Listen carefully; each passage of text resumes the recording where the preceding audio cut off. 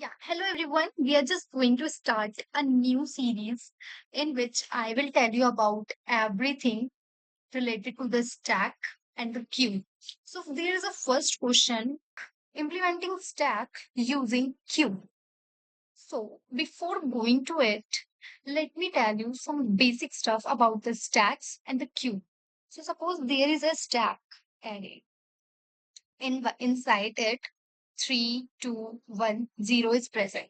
And when we need to access these elements, so first of all we can access the 0, then we can access the 1, then we can access the 2, then we can access the 3 by popping out. It means it will remove from here, then it will remove this, then it will remove this, then it will remove this, right?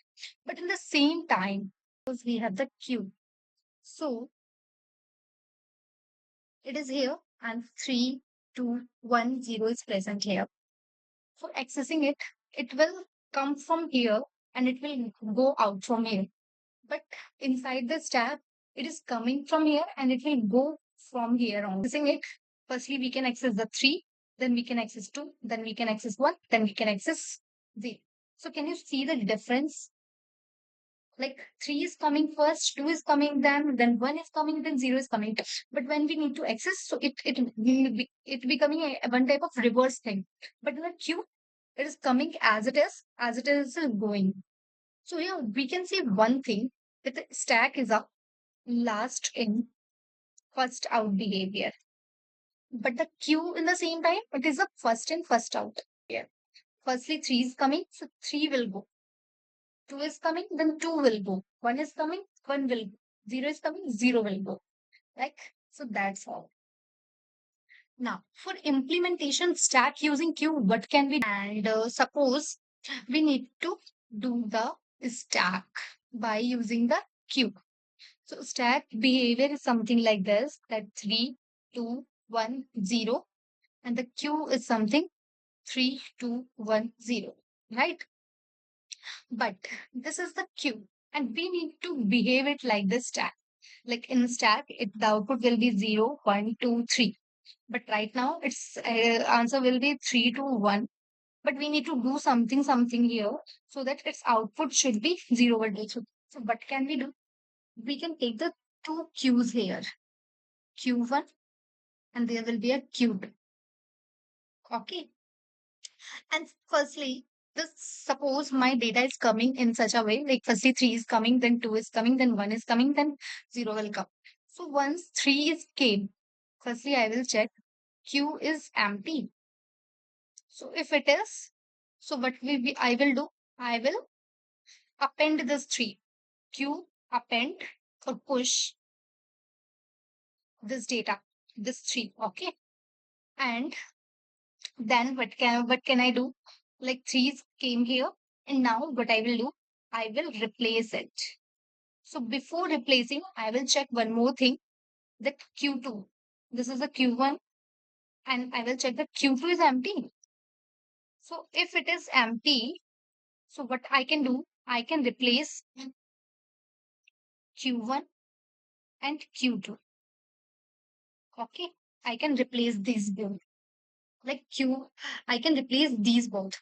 So whatever is present inside this, these three will go there, and this is the empty. So it Q1 will become empty, right? I hope you understand it. So in short, we can say that now Q1 is empty, and the Q2 it has she inside it. Now, when we will go to the 2, when there will be the time that when we need to add the 2 inside the queue. So firstly, I will check that queue is empty. Q1 is empty. Yes, Q1 is empty. So Q1 will append the 3. So this, not 3, the 2 will append now in the second iteration. That was the step 1. Now we are on the step 2, right? So step 1 is done. Now we are on step 2. So we need to add the 2. So now there will be 2 come. And we need to check that queue is empty. No, actually queue is not empty. So what we will do, if queue is not empty, but we will do that type. If Q2 is not empty, so what we will do, we will Q2 dot pop or unshift the zeroth element to the Q1. in Q1. That's mean this 3 will uh, remove from here, and this 3 from starting, it is coming here, right? So now Q2 become empty. And again, we will do this step, right? So doing this step, what will happen? So we will replace these both.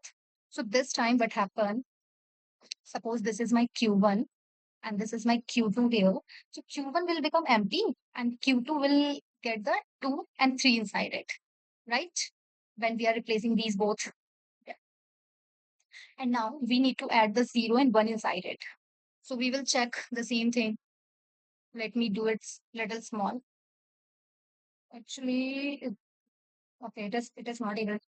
Yeah. So we need to check for the 1 right now. So Q1 is empty? Yes. So Q1 append the 1. Now append the 1. There is a step 3 now. So in step 3, 1 will come. If Q2 is there, so if Q2 is there, so Q2 got pop 0 in Q1. So 2 will come out from here and it will go here. Sorry, 2 will come here. And then 3 will remove here and 3 will come here. Then we will replace these both. So I hope you understand that how we can do the same such thing. Now, again, we replaced it. So this time Q1 and Q2. So again, the Q1 will become empty and Q2 will get the 1, 2, and 3. Now there is a 0. The step 4 is remaining, right? Step 4 is remaining. So 4 will come here and we will check. Q2 is present. Yes. So 1 will come out from it and it will come here. 2 will come out from it. 2 will come here. 3 will come out from it. 3 will come here. And then we will replace these both. So when we replace these both, 0, 1, 2, 3 is coming. And now for popping out, 3 can pop, 2 can pop, 1 can pop, 3 is popped. So 3, 2 can pop, 2, 1, and 0. So see, as I told you in stack, 0, 1, 2, 3 should be the answer. So this time also, oh, I'm sorry. Like this is a queue now. So that's mean we should remove from here only. So it will not go something like this. It will come 0, 1, 2, 3 in such manner, right? This is queue, not a stack. So it cannot pop from end. It should remove from starting only, right? So that's how we can get the answer. Now for the code part, I will tell you in the next video. So keep watching this. So for its code part, I will tell you in the next video. So keep watching and keep learning.